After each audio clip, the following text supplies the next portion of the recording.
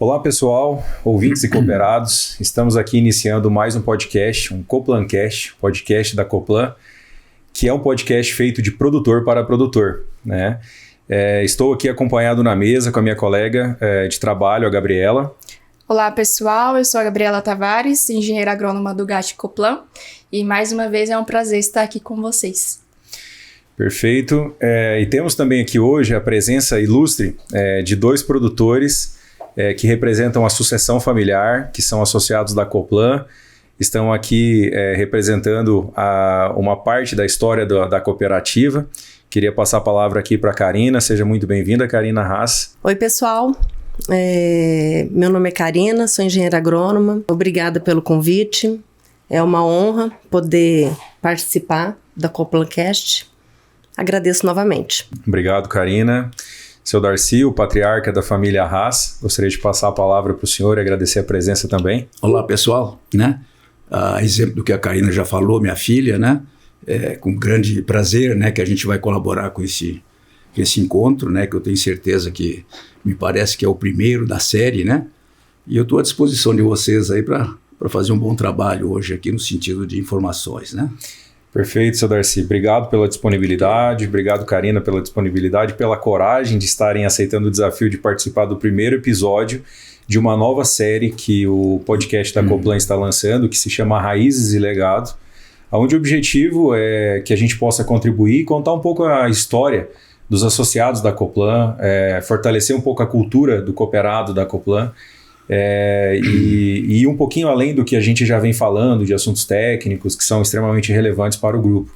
Então, obrigado pela coragem de aceitar o desafio, obrigado, Gabriela, pela presença na mesa, e para dar início à nossa conversa, que a gente quer tratar aqui, que a gente quer contar um pouco da história de vocês, a minha primeira pergunta vai destinada ao senhor, seu Darcy, para poder contar ou explicar um pouquinho para a gente como foi a história da tua família, da onde veio essa questão da presença no agronegócio, na agricultura, da onde vocês vieram lá, vocês já tinham algum contato com o agronegócio, como foi essa história? O senhor poderia explicar para nós? Eu sou natural de Santa Cruz do Sul, no Rio Grande do Sul, de agricultores praticamente foi meu avô e bisavô. O meu pai, na realidade, não chegou a ser agricultor, Uhum. Ele trabalhou no agro, vamos chamar assim, como assistência técnica, Ele não tinha formação técnica, era apenas um prático, Santa Cruz é a capital do tabaco hoje, Uhum. Sempre foi, aliás, no país, Uhum. E ele trabalhou a vida inteira, meu pai no caso, nessa área de assistência técnica, prestando serviço para as empresas com que ele trabalhava, Ele trabalhava, as empresas com que ele trabalhava eram praticamente multinacionais, E os produtores, no caso, eram integrados, exemplo do frango hoje, do suíno, etc. Sim. Há muitos anos atrás já era assim, uma integração, E ele dava assistência técnica, então ele não chegou a ser agricultor propriamente dito, sempre foi urbano no caso, Uhum. Trabalhava numa empresa, uma indústria, Uhum. Nessa área de assistência técnica, Mas digamos assim, os laços, a gente sempre tinha aquela tendência, de talvez ser um diferente. A nossa família, nós somos de cinco irmãos, Uhum. E ninguém, praticamente seguiu a área do agro. Fui o único, Nós temos gerente de banco, temos, gerente de empresas de gerência de empresas de tabaco também na mesma cidade, que trabalhavam nessas empresas, e administradores de empresa, funcionário público, Uhum. e nada de agro. Eu praticamente fui o privilegiado, digamos assim, para dar sequência, Bacana. Para que a próxima geração dê sequência também, Exatamente. Então, a gente se formou em agronomia, Fizemos o curso... O senhor formou em? Eu formei em agronomia, fiz o técnico agrícola primeiro em Viamão, na ETA, Tá. É uma escola muito conhecida na época, Inclusive tinha um vestibular muito competitivo, mais competitivo do que agronomia. A relação candidato-vaga era bem maior, entendeu? Certo. E depois de formado no segundo grau, que seria o curso técnico, a gente partiu para agronomia, Uhum.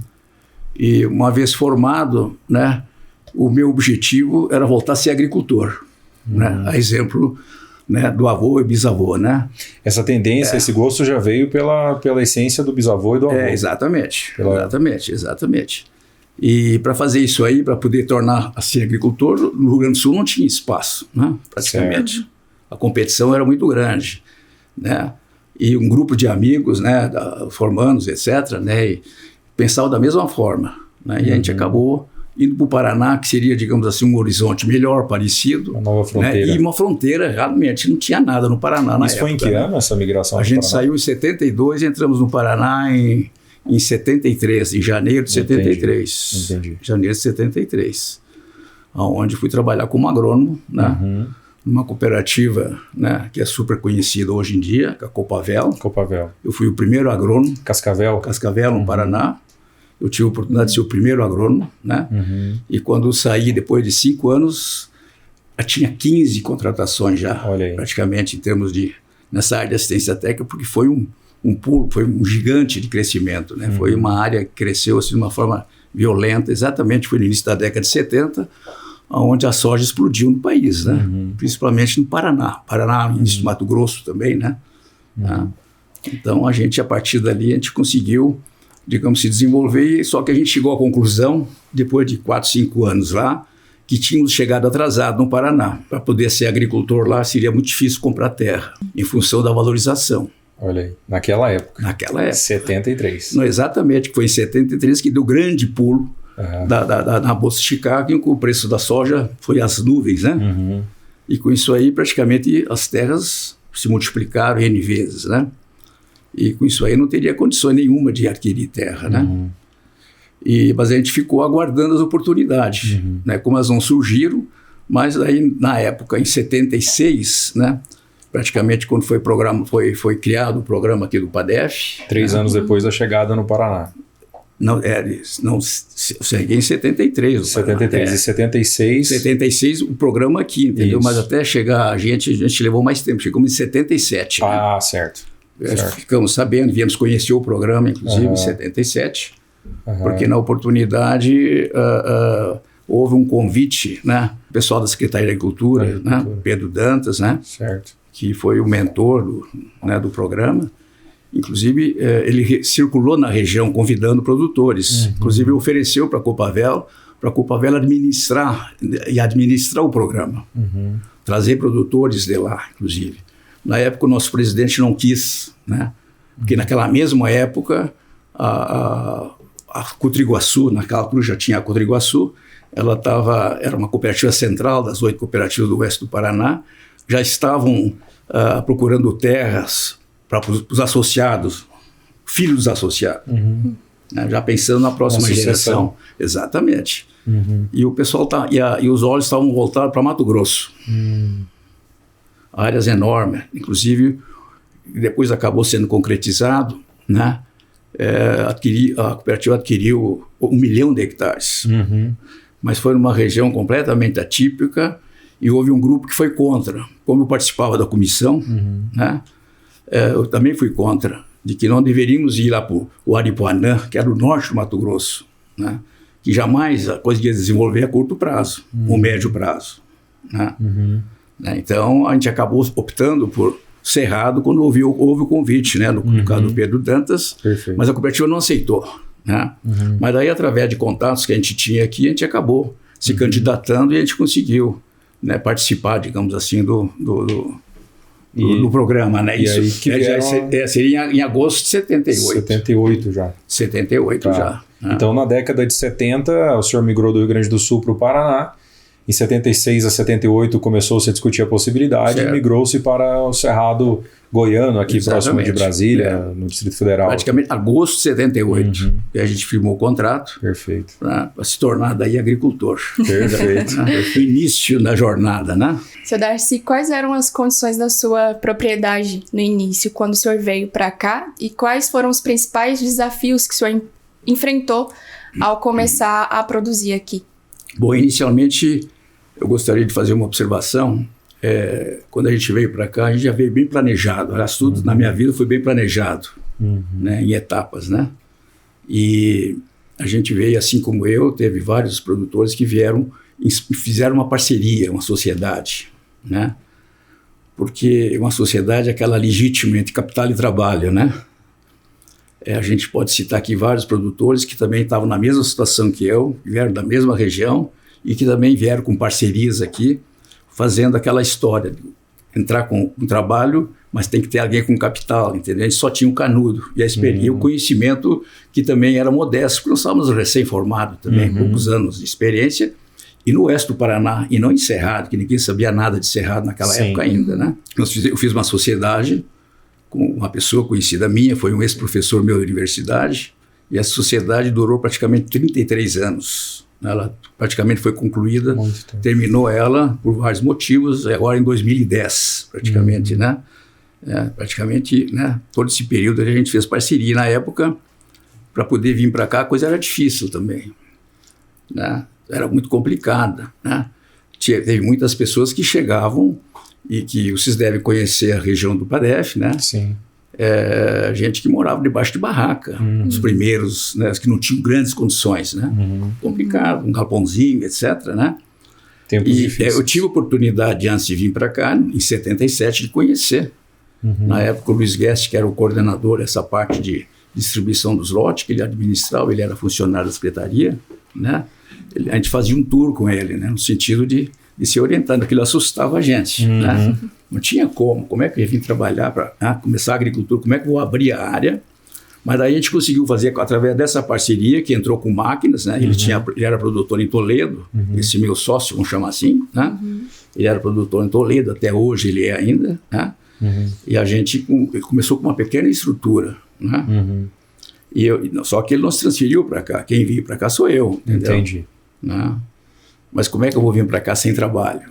Né? Mas a gente teve muito contato, na época eu trabalhava no Paraná, com os órgãos de empresa, tanto a Embrapa como a própria antiga CFP, né? Hoje Conab, né?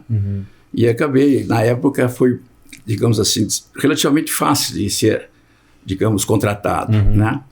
E eu acabei optando, eu tive 2 ofertas para trabalhar no CBAC, na época, né?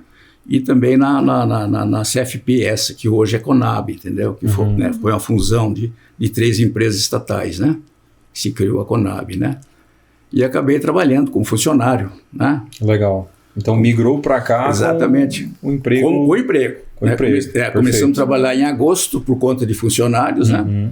E eu continuei trabalhando na cooperativa até dezembro de 78, exatamente. Só em fevereiro que a gente fez a mudança e começamos a trabalhar, né? Comecei a trabalhar em fevereiro de 79. Residia né? em Brasília. Sim, daí sempre residi em Brasília. Até hoje eu resido em Brasília. Perfeito. Né? Perfeito. E trabalhei 10 anos nessa empresa, né?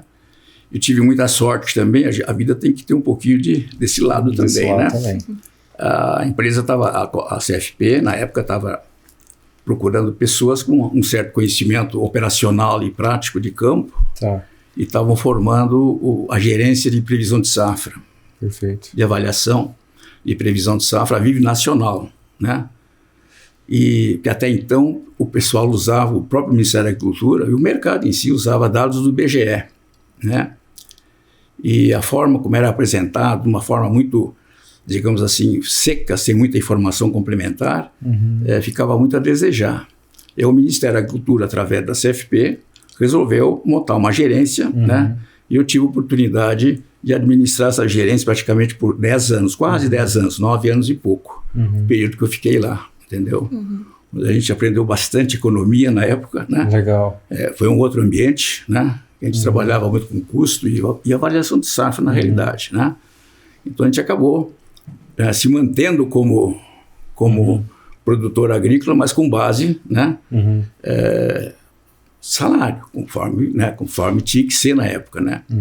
E também tinha um legado importante que era da minha família, que é minha esposa, né? Que também tive problemas no início para trazer também. Ela tem a formação superior também, ela era dentista, com clientela toda formada, né? Depois de 5 anos praticamente trabalhando, começar do zero também foi difícil. Foi muito difícil. Foi uma mudança de vida para toda a família. Completamente. Perfeito. Saí de Cascavel com 70, 80 mil habitantes, não dava nem 100 ainda na época, né? Para uma capital completamente diferente, né? Perfeito. Então essa foi digamos assim, o início, né? Quando o senhor chegou na região do Padef, seu Darcy, a propriedade ainda era toda cerrado ainda, e vocês tiveram que fazer toda a construção ali de abertura, construção de benfeitoria, enfim, foi tudo Exatamente. Entendi. Nós recebemos o determinado lote, né? Assim como meu bisavô, quando veio da Alemanha, também recebeu, foi lá que mostrou as divisas, aqui é a sua área, te vira, né? Daqui para frente é contigo. Daqui é você. Mas a gente tinha um respaldo, né? Que era da própria Secretaria de Agricultura, que ela fazia de tudo para que o projeto desse certo, né? Um projeto similar ao PADEF foi o PADAP, né? Certo? Que foi ali em Patos, né? Parece Patos de Minas. Exatamente. Que foi uma cópia, inclusive, desse programa aqui. Aliás, um dos poucos, né, assentamentos, né, reforma agrária que deu certo. Que deu certo no Brasil. Só que a reforma agrária que deu certo e que até hoje não temos título ainda definitivo. Isso é importante, até bom lembrar sempre, né? E na época era uma promessa. Não, dentro de 3 anos vocês vão ter os títulos, né? Nós até hoje continuamos no contrato de arrendamento. Né? Então essa é a parte ruim. Mas nós recebemos cerrado. Mas aí entrava aquela história do capital trabalho. Você tinha tinha uma abertura, o BRB era o grande agente financiador na época. Lógico, qualquer banco, mesmo assim, com todo o interesse por parte do Estado, do Distrito, né, que era um projeto do secretário e do governador na época, né? E que facilitou o trabalho dos produtores que estavam chegando, mas você tinha que ter um mínimo cadastro possível. Né? Você tinha que ter alguma coisa para dar em garantia, um terreno, um pedaço de uma terra, uma casa. Então, quanto mais se juntava, mais sociedade se tinha, você conseguia formar um certo, digamos assim, capital, patrimônio para poder dar uma certa garantia. Né? Porque os financiamentos existiam, mas você tinha que dar a contrapartida, né? Que era o mínimo de garantia. E a Secretaria da Agricultura, aí sim que ela foi muito importante, ela praticamente desmatava. Ela chegava, ela passava os correntão, desmatava, fazia as leiras, né? E fazia todo o trabalho. Nós pegávamos a terra praticamente pronta. Só que nós pagávamos, né? A gente se comprometia em pagar. Se comprometia, a gente não pagava. Né? Então era um pagamento que fazia mediante contrafinanciamento. Olha como foi, essa história é bonita, seu Darcy, só interrompendo um pouco, mas como a gente teve mudanças no cenário de lá para cá. Exatamente. Né? Na época se apoiava e tentava se prover um ambiente onde o produtor pudesse desenvolver a agricultura para um simples fator, produzir alimento. Exatamente. E hoje a gente vê um cenário bem diferente, né? Infelizmente as coisas regrediram no sentido de sentido das coisas mesmo para a agricultura.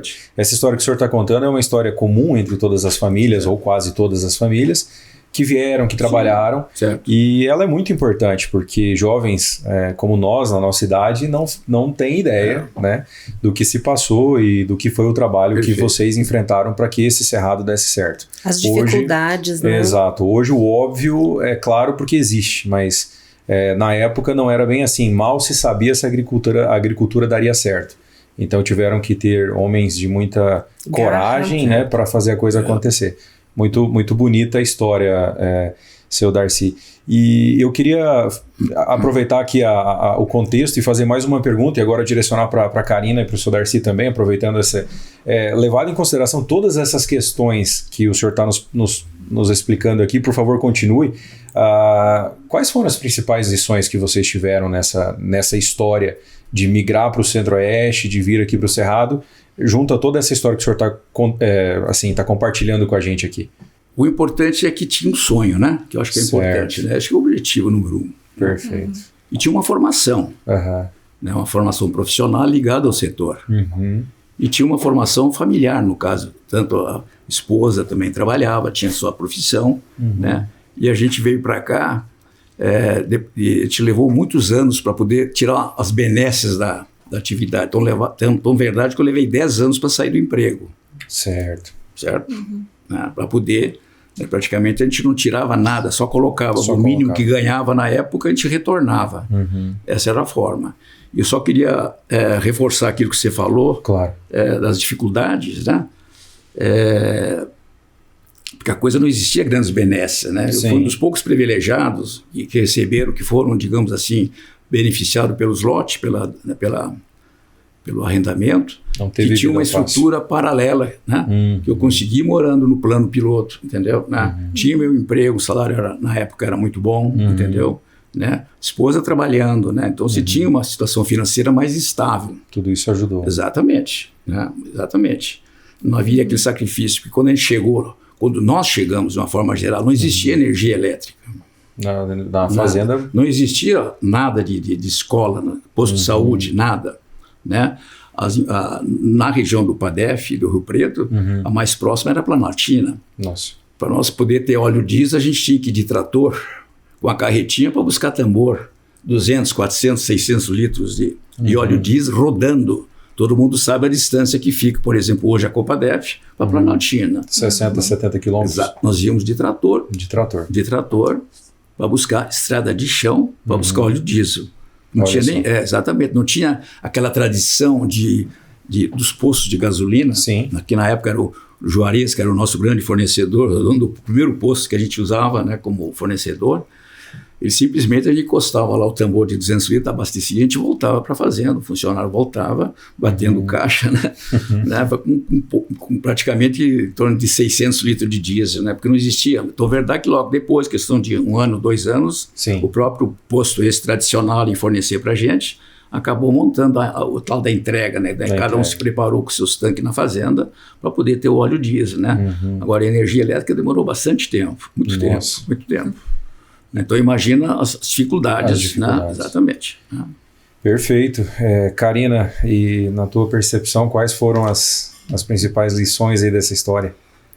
A persistência, né? Ele tinha um sonho. O sonho. Ele tinha um sonho e era um sonho que, na visão dele, era atingível. Né? E que ele precisava correr atrás e que tá aí, o sonho dele realmente... Né? Não era apenas um sonho, né? Não era apenas um sonho. Ele tinha, né? Era um sonho que ele fez por onde, né? E ele continua sonhando. E Karina... que ele continua sonhando, que ele quer que esse sonho tenha continuidade. Legal.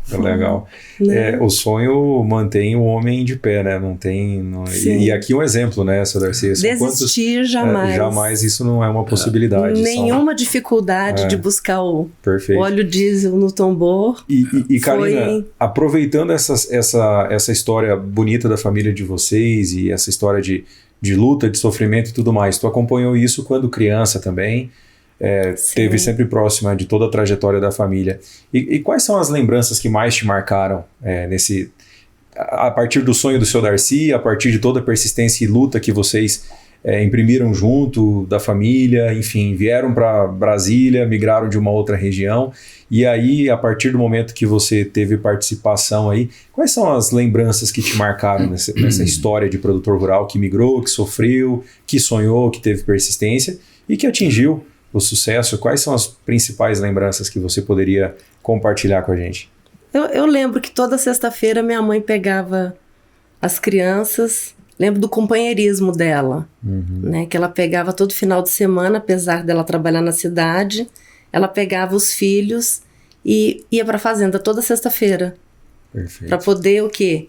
Partilhar desse sonho, né? Para poder acompanhar, porque ele trabalhava durante a semana, né, na cidade, ela também, final de semana, eles precisavam trabalhar em cima do sonho para poder dar certo. Era uma forma de ter a família unida. Sim, de poder ter a família unida, ter próximos, o pai, a mãe, os filhos. Então isso aí ficou bastante gravado, né, porque a produção, ela precisa disso. Perfeito. Né, a produção, ela precisa ter, compartilhar, né, a família precisa estar próxima. Sim. Então, isso é importante, todo mundo precisa participar. Perfeito. Né? Então, isso realmente ficou bastante impresso em mim, né? E Karina... Na fase de criança, né? Legal, a união da família, Sim. Embora todas as dificuldades, mas essa união foi o que deu suporte para que esse alicerce ficasse em pé. Sim. E Karina, e quais são os principais ensinamentos que você teve a partir dessa trajetória que toda a família percorreu, a partir de toda essa história que o Sr. Darcy viveu e está nos compartilhando aqui? Quais foram os principais ensinamentos que para ti ficaram representados? A persistência, muito trabalho, muita honestidade, reconhecimento do trabalho das pessoas, valorização das pessoas que trabalham com você. Perfeito. né? Acho que São os principais. acho que o alicerce, né? Perfeito. E seu Darcy, tendo a família envolvida no negócio, como a Karina já nos falou aqui, e o senhor tendo os filhos, de forma geral, é a Karina e o outro filho do senhor é o Fernando e a Flávia, né? E a Flávia. Né? Perfeito. O que o senhor espera daqui para frente com o envolvimento dos filhos? Qual é o sentimento? O que o senhor espera que aconteça? Qual é o objetivo de ter essa família unida e de ter esse negócio presente, de ter compartilhado todos esses momentos e essa história? Qual que é o sentimento que o senhor tem daqui para frente a respeito da contribuição da sucessão que está presente? É uma boa pergunta, né? A gente tem que considerar, eu sou otimista, né? Perfeito. Não posso pensar diferente. Tudo na minha vida sempre foi feito com otimismo. Aquela história vai dar certo, né? A sucessão também. A gente conta que vai dar certo. Digamos assim, as informações estão em cima de uma mesa, né? Para que cada um consiga. Né? E a gente está fazendo uma coisa de uma forma mais democrática, sem, digamos, como é que eu vou dizer? Qual seria a palavra correta? Fazer com que haja uma certa liberdade de cada um escolher. Mas a gente está mostrando, né? Dando algumas informações, alguns dados, né? Não só para os meus filhos, mas também para minhas netas. Eu só tenho netas, não tenho netos, né? Praticamente 3, né? As mulheres a gente comenta muito também para que haja uma coisa, para dar um passo maior, né? Sim. Não só pensar na outra geração também, né?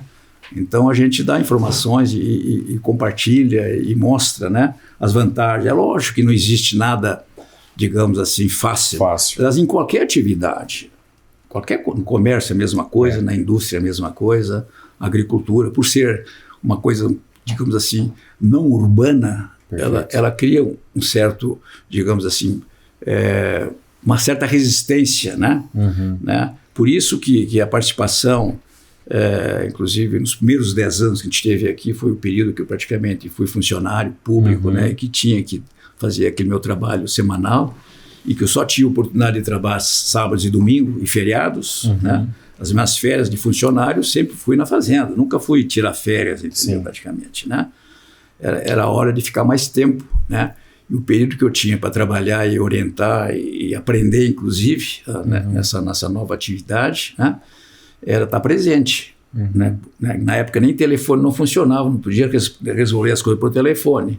Não existia possibilidade. Não, qualquer orientação você tinha que pegar o carro, né? A gente trabalhava na época, nos primeiros anos, de terno, né? Tinha que tirar a gravata e sair do carro do trabalho e ia direto para a lavoura, para poder dar um recado para o encarregado sobre determinado assunto. Então aí você pode, né, imaginar como é que era complicada a coisa, né? Então, em função disso aí, tinha que trabalhar no sábado e domingo, e eu tive sempre o apoio da minha esposa, né, que também ela tinha uma origem muito mais, digamos assim, do agro, né, do que eu. Eu era filho de urbanoides, vamos chamar assim, e ela não, ela era filho de fazendeiro mesmo, de criador, de plantador de arroz irrigado, entendeu? É diferente, né? Eu já tinha aquela formação cultural, né, e que eu só tinha no sonho, né? Eu visitar parentes que tinham agricultura, pequena agricultura, né? A família dos meus parentes na época eram pequenos produtores, porque a própria região era de microprodutor, era pequenos agricultores mesmo, né? Então não tinha conhecimento, né? Então o apoio foi fundamental. E nesse apoio eu tenho certeza, né? No início via certa resistência, né? Imagina 2 meninas, né? Lá por seus 10, 12 anos, né? Hoje eu vejo minhas netas nessa idade, né? Quando falam ir para a fazenda, elas nunca, né? Não, porque não sei o que, etc. Não estão querendo, querem ir para o shopping, querem não sei o que, levar uma amiguinha. Na época elas não tinham muita opção, simplesmente tinham que embarcar no carro e existia certa resistência. Elas ficavam meio pé da vida no sentido de não poder curtir, né? Certos programas na época de escola, né? Não sei se você lembra, né? Que realmente, mas eram parceiras, não existia aquela pressão, digamos assim, aquele banzo por parte delas. Não, eram parceiras, acabavam se envolvendo lá na atividade. Ele arrumou os cabritos, arrumou umas a gente inventou um monte de atividades, né? Um monte de atividades, né? Para dar certo essa aí. Exatamente, né? Para poder dar atividade para elas, porque não tinha nem televisão, não tinha energia, o negócio era no liquinho, no gás. Era no gás. Né? Então a coisa tá fácil de imaginar como é que era, né? Umas galinhas, uns cabritos. Exatamente, ovelha, né? Ovelha, né? Vaca de leite, fazendo queijo, né? O caseiro lá gostava muito dessa parte também, a esposa do encarregado, né? Então elas foram participando. Então isso aí tudo soma que fique também na formação, principalmente das duas filhas mais velhas, né? Diferente do filho homem, né? Ele sempre já se desenvolveu sempre dentro com mais, digamos assim, intensidade, né? Mas não sente a diferença. Ele prefere ficar lá fora do que na cidade, certo, né? Certo. Em função da situação dele, né? Então a gente acredita, né? Tem aquele sonho que alguém dê continuidade. Eu aposto muito, na verdade, que a gente formou o grupo Gerras, né? Justamente fizemos já uma holding no sentido de já juntar o grupo, no sentido de envolver todos eles, né? A Karina diretamente, praticamente, é a que coordena todo o trabalho, né? É o braço direito, vamos chamar assim. Temos o Fernando também, que contribui diretamente também no trabalho, né? E temos a Flávia, que ela é funcionária pública, ela optou por ser funcionária pública, né? Mas ela também, dentro do tempo que ela dispõe, ela também faz determinado trabalho, né, para a gente também do grupo, entendeu? Né, com menos intensidade, porque ela tem o seu compromisso, né, de trabalho, no caso, né, mas ela também participa, né, num certo setor dentro da atividade nossa na área administrativa, né. Então podemos dizer que a sucessão já deu certo, né, seu Darcy? A coisa já está acontecendo. Ela está no caminho certo. Muito bom. Está no caminho certo, né, que a gente torce que dê certo. Uma né? curiosidade é que na Coplan nós formamos o GAT, e quando os jovens se uniram para formar o GAT, nós convidamos a Karina também para estar presente, o senhor também está presente lá no GAT, né, que é um grupo de análise técnica e tecnológica da Coplan, e da geração do GAT, que tem mais ou menos a minha idade, eu acho que uns 80% foram alunos da Karina. A Karina foi professora nossa na faculdade de agronomia, então acho que ela primeiro ela foi estudar bastante, aprendeu muito, ensinou muito, e agora ela tá sendo o braço direito do senhor na sucessão. Acho que é de direito compartilhar essa história, né, Karina? Isso faz parte da história de 80%, mais ou menos, dos jovens que estão na Coplan hoje, né? Então, acho que é legal compartilhar isso aí. Gabriela, pode ficar à vontade, que senão a gente não deixa você falar. Ao longo da sua trajetória, senhor Darcy, o senhor chegou a se associar com outros produtores. Em outro momento, o senhor se associou à Coplan, né, e voltou a fazer parte de uma cooperativa. Dessa vez não como gerente técnico, né, como o senhor foi em outras cooperativas, mas como produtor rural. O que mudou no seu negócio depois que o senhor passou a fazer parte da cooperativa? Bom, a minha formação é de cooperativismo. Perfeito. Né? Tá na raiz. Tá na raiz porque quando a gente saiu da escola, né, a gente participou de uma seleção de um grupo, né, nós fomos entre 54 agrônomos recém-formados para o Paraná. Na época, quem nos, digamos assim, nos selecionou seria a Emater de hoje. Certo. A Emater tinha um trabalho especial, por isso que deu certo aqui no Paraná, né? Foi rápido, porque a Emater, mais o Banco de Desenvolvimento do Extremo Sul, esse banco, mais o CEPAR, né? Então a Emater, o CEPAR, com o apoio da Secretaria de Agricultura, que é a gestora da Emater, né? E mais o Banco de Desenvolvimento do Extremo Sul, fizeram uma parceria para fomentar o sistema cooperativista, né? E a gente foi selecionado desse grupo de 54, alguns foram treinados para ser assessores, digamos assim, funcionários da Emater, que foi o primeiro ano que a gente foi funcionário, não da Copavelo em si, porque a Copavelo não tinha recurso, inclusive, para pagar, né? De tão pobrezinha que era, né? Pequenininha, né? Sim. Não tinha agrônomo, não tinha ninguém, não tinha assistência técnica, né? Então, quem dava assistência era a Emater, através de um assessor, né? Então, nesse treinamento para ser assessor da cooperativa, que seria tanto assessor administrativo como técnico, você foi treinado naquela época para poder dar uma certa assessoria para a diretoria e também para os agricultores, né? Em termos de conhecimento, transferência de informação técnica, né? Então, o espírito, né? A gente já praticamente já saiu da escola, praticando já o cooperativismo. Né? Qual foi o objetivo, né? Exatamente da cooperativa, né? Associar, né? Juntar grãos, né? Para vender, né? E comprar os insumos de uma forma, né? Conjunta e também ter assistência técnica para os cooperados. É a regra básica do cooperativismo. Né? Então, tão logo a cooperativa se desenvolveu, as singulares do oeste do Paraná, não foi o bastante. Foi criada a Cotriguaçu. Também, que eu participei um ano, também como fui o primeiro agrônomo deles lá também, da Cotriguaçu, que era uma central de cooperativas que juntava 8 cooperativas do oeste do Paraná.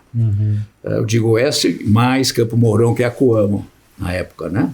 Certo? Que ela não pertencia ao oeste, mas participava também desse grupo. Inclusive era a maior cooperativa, então hoje é a maior do país, né? Da América Latina, aliás, né? Então, foi criada a Cotriguaçu com que objetivo? Porque as cooperativas singulares não eram suficientes para fazer barganha, tanto na venda como na compra. Foi criada a Cotriguaçu para criar um poder de compra e de venda de maior volume, de maior escala. Cooperativa de cooperativas. Exato, é a central da cooperativa. Cotriguaçu nada mais é que a central das cooperativas das 8. Hoje é 7, né? Antigamente, anos atrás foi 8, né? Saiu 2 cooperativas, saiu a Campo Mourão do grupo e saiu de Toledo, que fechou, né?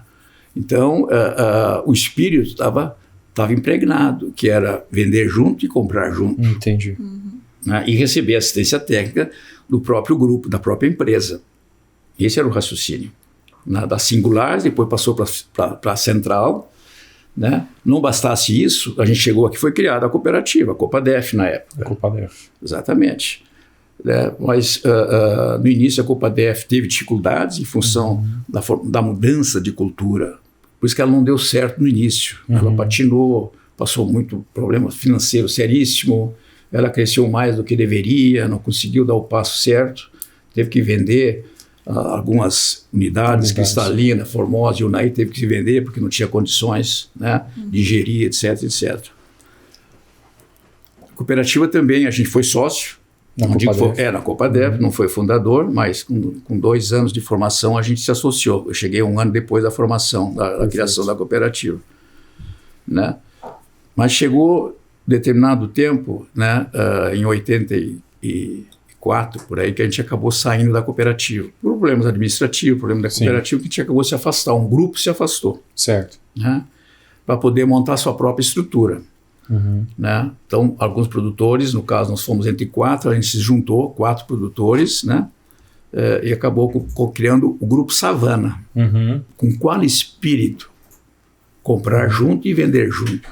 Essa era a ideia. Essa foi a ideia. E isso foi executado. Executado. Praticamente ela começou em 86, nós ainda funcionário. Nós éramos 4 pessoas, todo mundo conhece aqui, era o Raul Machado, que é cooperado. Sim. Luiz Guess, que também foi cooperado, parece que hoje não é mais, né? Né? E o Aramis Sérgio Beltrame, que ele não foi cooperado, não é cooperado da Coplan, mas também foi produtor até bem pouco tempo atrás. Hoje ele é só pecuarista, ele não é mais agricultor. Né? Então nós formamos o Grupo Savana, onde nós fazíamos a nossa produção de semente, tá, assim, e comercializávamos junto. Mas nós usávamos o estilo da Coplan. A Coplan estava praticamente usando. Nós comprávamos tudo e com faturamento em grupo, mas com faturamento individualizado. Perfeito. Nós vendíamos em grupo, mas com a venda individualizada. Nós vendíamos a nossa semente, 99% era para o Mato Grosso, né? Nós tínhamos um setor de comercialização dentro do grupinho nosso, que era o chamado Grupo Savana, né? E nós também vendíamos, cada um tinha a sua produção de semente, lógico, dentro de uma linha de trabalho, e todos nós comercializávamos, e também era o faturamento individualizado. Uns produziam mais do que outros, porque a área era diferente, né? Tudo era na proporcionalidade. Né? Então, o princípio de comprar, né, em grupo e vender em grupo, e faturamento direto também para cada um, não envolvendo o Grupo Savana, assim como o grupo da Coplan também não se envolve nessa parte financeira. Certo? Né? Então, isso quer dizer o quê? Que o motivo que a gente se associou para responder, né, por que a gente participou? Porque, por que surgiu o convite, no caso? Né? da Coplan. É tão verdade que a gente se associou em 2010, né? E a Coplan já existia, né? Eu acho que não sei se era quantos anos, com que idade ela... A Coplan tem 15 anos. Esse ano 16, né, no caso. Eu sei que ela já existia, né, na época, né? E por que nós começamos a participar da Coplan? Né? É lógico, depois de um convite, certo. Né? Desde que a gente atendesse o perfil, que isso é fundamental do que a Coplan definiu na época, tem que ter um perfil para que a coisa desse certo. Porque quando você compra em conjunto, né, tem que estar nivelado certos princípios comerciais. Exato. Né? Aquela história de cadastro limpo, aquela coisa toda, para criar credibilidade, para que as empresas conseguem, né, digamos assim, ter condições de realizar a venda. Né? Exatamente. Então, o motivo principal que a gente se associou exatamente foi esse, né? Com aquele espírito que a savana já não atendia mais a necessidade, isso é importante, nós perdemos a escala, assim como aquelas cooperativas singulares que eu falei no início, no oeste do Paraná, que também perderam a escala, né, individualmente, criaram a Cotriguaçu, que era uma central, tá certo? Né?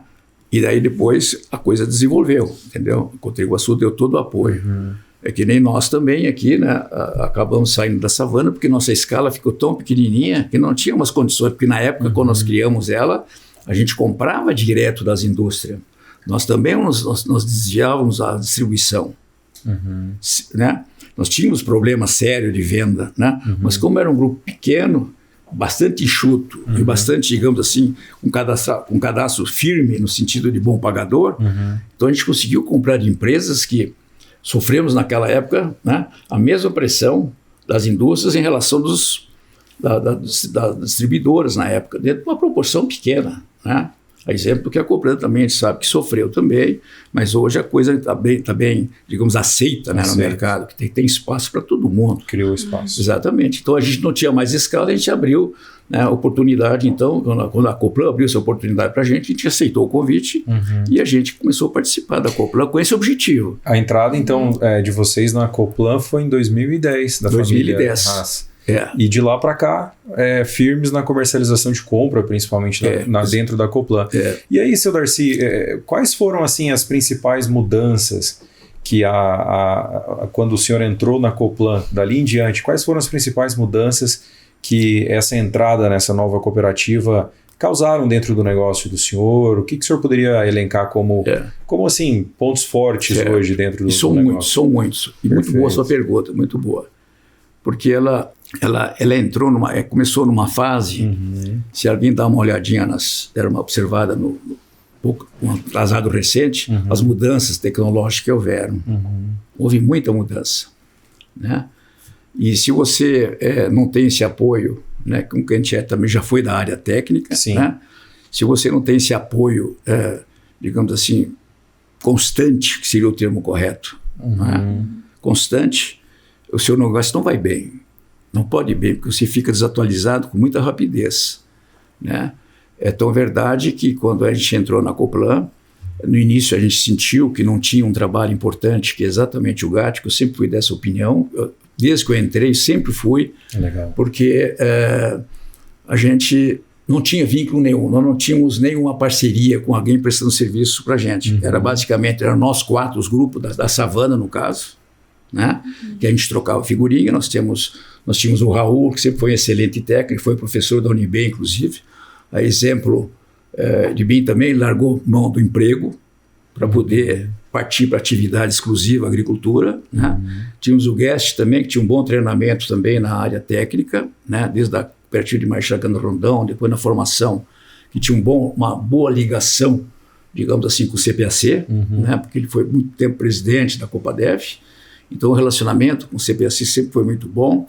Então, nós estávamos mais ou menos, digamos assim, bem calçados em termos de conhecimento, recebendo informações, participando de treinamentos também constantes, né? Mas chegou um ponto em que a savana, ela, em função da escala, acabou se diluindo e ficamos com o pincel na mão. E agora?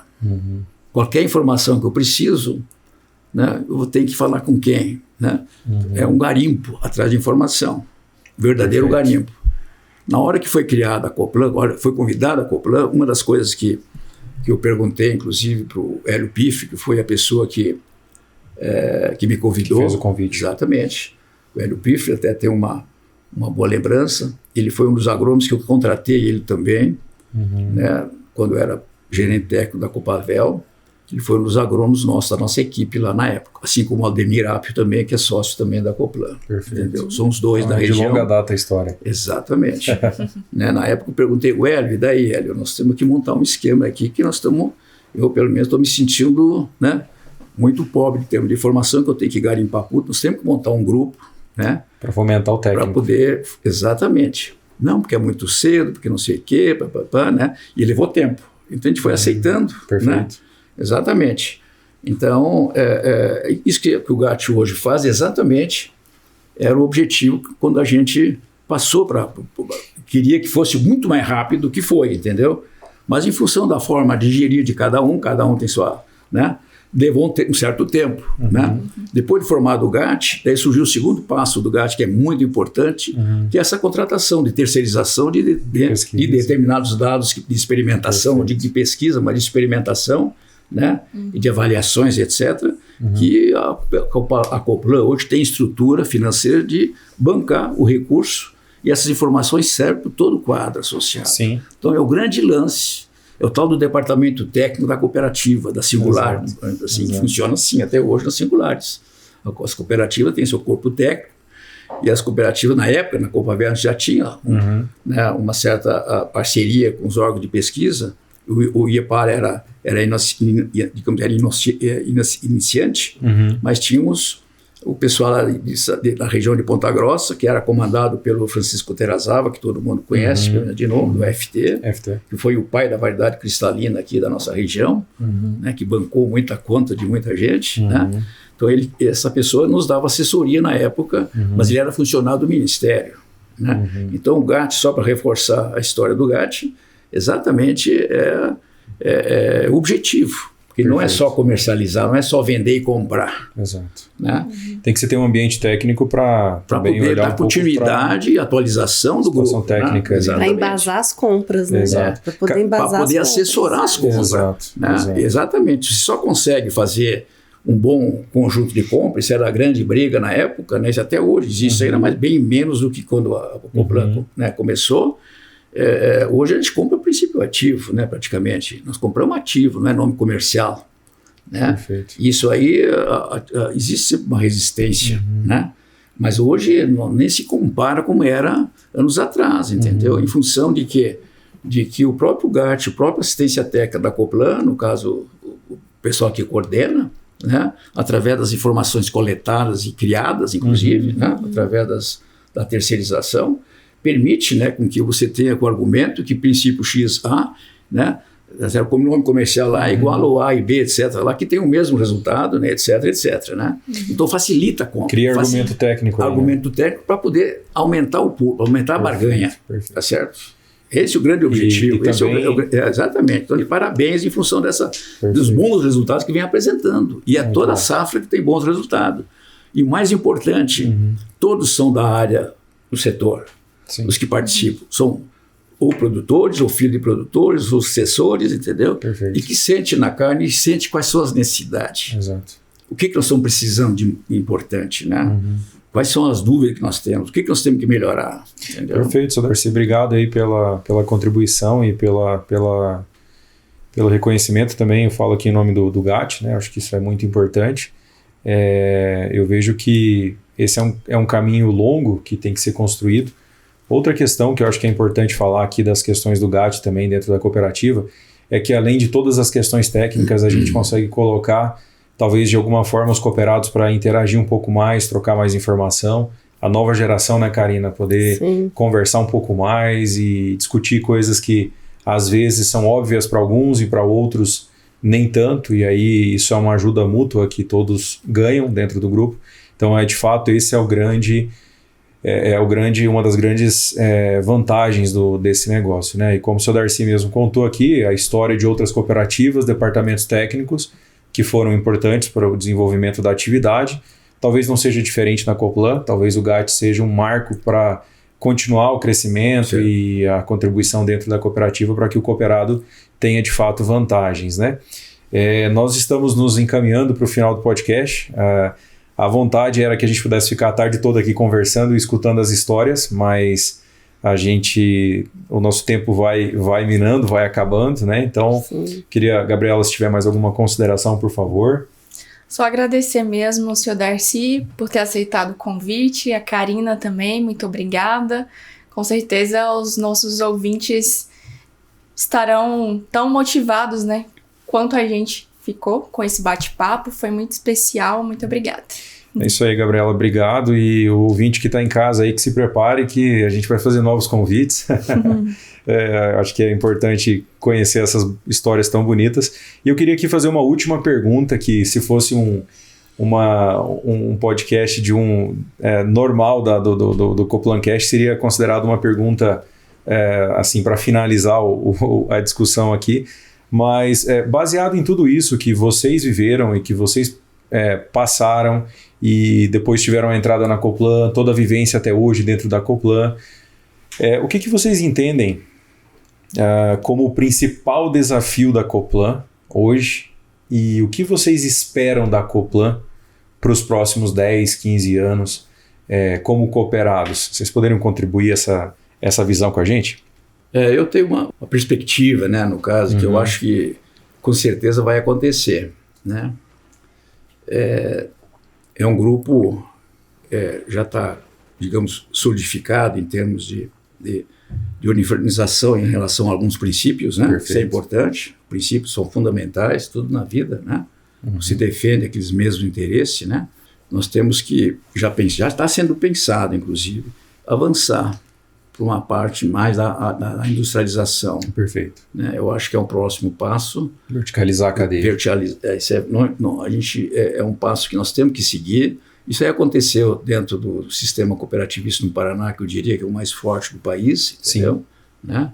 Há décadas isso já, em que todas elas verticalizaram, né, praticamente. Perfeito. Né? Seja na indústria de óleo, seja no frango, seja no suíno, enfim, derivados, etc. Né? Eu acho que é o nosso caminho. Eu acho que vai permitir com que, digamos assim, dá mais solidez para a nossa atividade. Perfeito. Né? Então, isso aí é um dos grandes, né? E a outra é continuar fortalecendo, eu acho, que essa parte da experimentação, da pesquisa, do financiamento, dos critérios, né? de avaliação, né? No sentido de transferir essas informações, né? Isso que você falou é muito importante, a tal da interação entre o quadro, é muito importante. Essa nova juventude em função da tecnologia, de troca de figurinha, de troca de informações, porque a distância, de uma forma geral, física, ela é bastante, digamos assim, prejudicial para a nossa atividade. Certo. Porque os contatos você acaba não tendo pessoalmente, porque o contato pessoal é uma coisa, e você por telefone ou através de mensagem, muitas vezes bem miúdo, bem econômica, né? É difícil, muito difícil, né?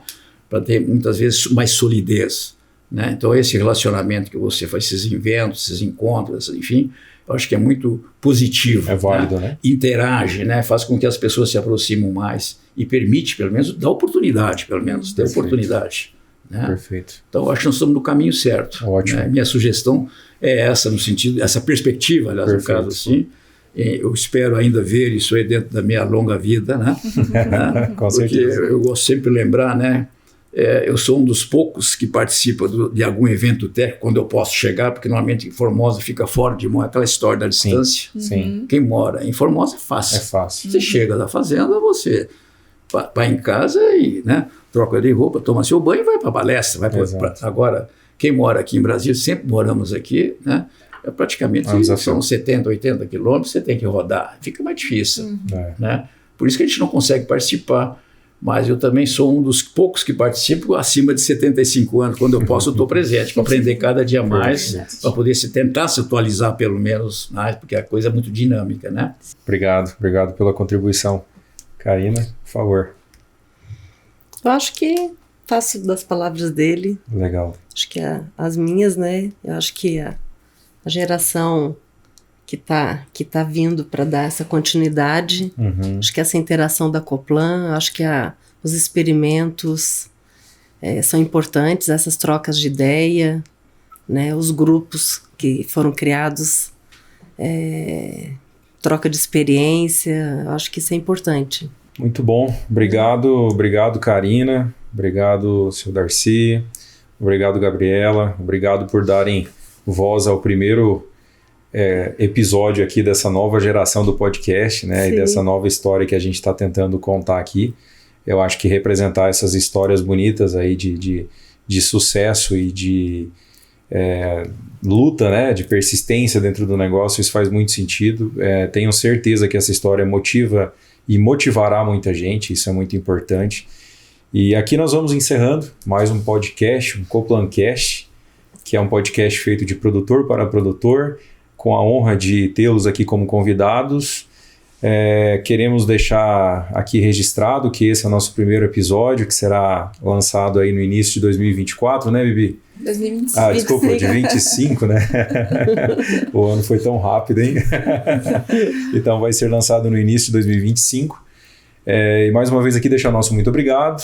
Tenham todos um ótimo dia e que possamos gravar muitos e muitos podcasts aqui ainda com vocês presentes na mesa. Muito obrigado. Obrigado.